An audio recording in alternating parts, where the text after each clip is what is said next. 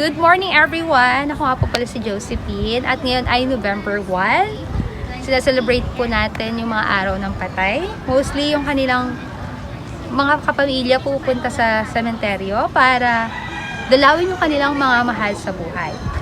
So ano nga po ba yung mga katanungan natin na importanteng tanong natin pag lagi-lagi dumadating yung November 1 o kahit hindi naman November 1 araw-araw sa ating buhay. Ito yung pinakamahalagang tanong na dapat natin masagot.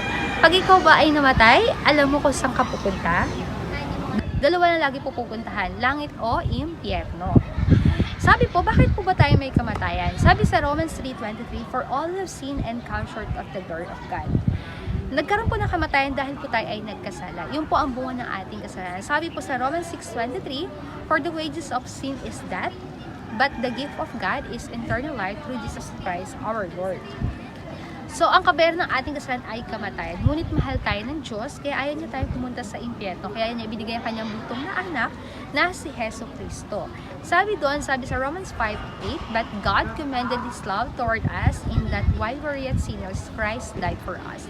Ibig sabihin, si Kristo, nagkatawang tao siya, ipinako siya sa krus, binayaran niya lahat ng ating mga kasalanan para sa atin. Kasi hindi po natin kayang bayaran yung ating kasalanan kahit anong gawin natin. Tanging si Heso Kristo lamang po ang magbabayad ng ating kasalanan. Bakit? Si Heso Kristo lang po ang walang sala. Tayo po, hindi po natin pwedeng bayaran kasi tayo po ay may kasalanan.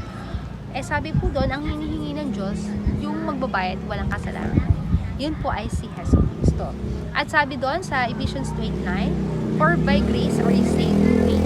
Maliligtas tayo sa pamamagitan ng ating pananampalataya sa Diyos, paniniwala sa Diyos. And not of yourselves. It is the gift of God. Hindi sa ating sarili o hindi sa ating ginawa. Diba? Yung mga mabubuting gawa natin, yung religion natin, o kung sino tayo, o kung ano yung edukasyon na meron tayo, or gano'n tayo kayaman, talented tayo, hindi po. Sabi po doon, ang tatanggapin ng Diyos, yung paniniwala at pananampalataya natin para sa Kanya. Paano nga po ba tayo maligtas? Sabi sa Bible, sa Romans 10:9, that if thou shalt confess with thy mouth, yan, i-confess natin sa ating mga bibig na si Heso Kristo ay Panginoon, na siya ay nagbayad ng ating mga kasalanan, and shall believe in thine heart, maniniwala tayo ng buong puso na kaya niya tayong patawarin sa ating mga kasalanan. At pag tinanggap natin siya sa ating puso bilang Panginoon at tagapagligtas, siya na ating Panginoon. And shall believe in thine heart that God hath raised him from the dead, thou shalt be saved. Masasave tayo mula sa pagkaalipin ng kasalanan at mula sa kapahamakan mula sa impyerno.